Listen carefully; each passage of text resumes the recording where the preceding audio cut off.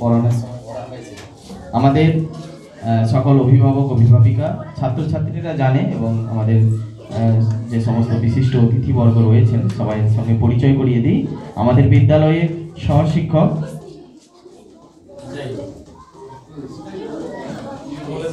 English সাবজেক্টের গণেশ মান্ডি মহাশয়, সুদূর গোয়ালতোড় থেকে উনি আসছেন এবং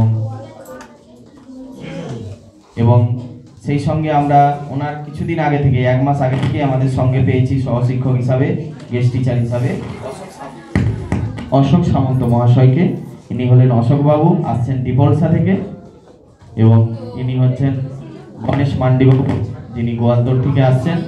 এবং আমরা বাড়িতে বাড়িতে গিয়েছি ছাত্রছাত্রীদের, এবং আমরা হয়তো খুব জোর করে বলতে পারিনি এতদিন, কারণ আমাদের স্কুলে সত্যি মানে শিক্ষক মহাশয়ের একটা অভাব বোধ ছিল। কিন্তু এখন আমাদের স্কুল একদম পূর্ণ উদ্যমে, পূর্ণ রণসজ্জায় সজ্জিত, যাকে বলা যেতে পারে সব দিক দিয়ে।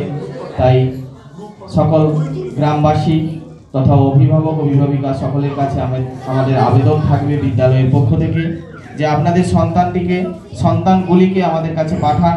আমাদের কাজ কিন্তু আপনাদের সন্তানটির সঙ্গে সময় কাটানো, আপনাদের সন্তানটিকে মানুষের মতো মানুষ করে তোলা, সেটাই কিন্তু আমাদের কাজ। সেই কাজটা আমরা করতে পেলে আমরা খুব খুশি হব।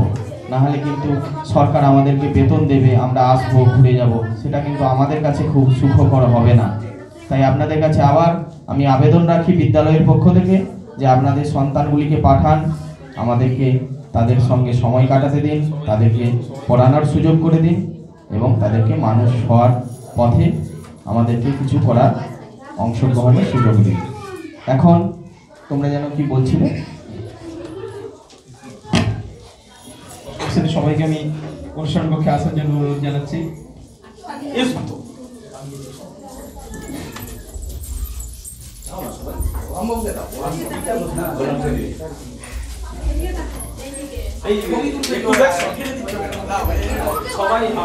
এই তো বাচ্চাগুলো বসে পড়ো, বই করা একটু বসে পড় না,